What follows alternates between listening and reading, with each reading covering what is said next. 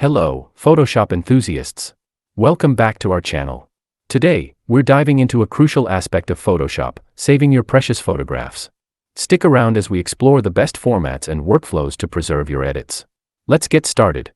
Alright, so when it comes to saving your work in Photoshop, three formats reign supreme: PSD, JPEG, and PNG. The key is to maintain a master version in PSD to retain all your edits and create copies in other formats when needed. Follow along as we walk you through the process. First, let's learn how to save this file as a PSD. Initially, the Save option is inactive. Once any action is performed on the file, the button becomes active. Let's right here parrots, then navigate to the File menu again. Now, the Save button is enabled. Upon clicking Save, a window will pop up. Specify the desired location for saving the file. I'll save it in the Work folder within the Documents, in this location. You'll notice the default option is PSD.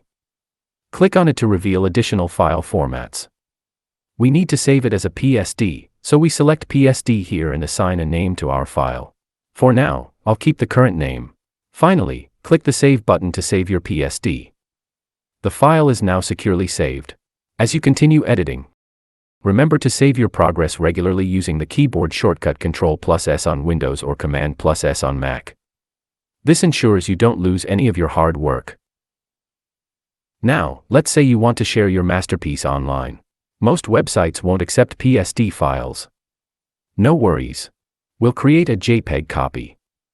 To create a JPEG, go to File and then select Save a Copy. Click on it, and a window will open in front of you, displaying various file formats. Now, since we want to create a JPEG file, select JPEG. Choose the desired location to save it, provide a name for your file, and click the Save button. Upon clicking Save, another window will appear. Leave everything as it is and simply click OK. Voila! You've got a web-ready JPEG while keeping your PSD master intact. But what if your image has transparent pixels? Enter the PNG format. Just like before. Similar to the previous steps, go to File and select Save a Copy. Click on it, and a window will open, showing different file formats. Now, choose PNG since we want to create a PNG file. Specify the location and name for your file, then click Save.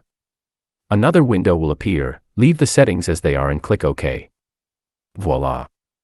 And now you have a PNG copy ready for web use. So, there you have it, the essential trio: PSD for your master, JPEG for the web, and PNG for transparency. Experiment with these formats on your own photos and discover the magic they bring to your editing workflow. Thanks for joining us today. If you found this tutorial helpful, don't forget to give it a thumbs up, subscribe for more Photoshop tips, and hit that notification bell to stay updated. Until next time, happy editing.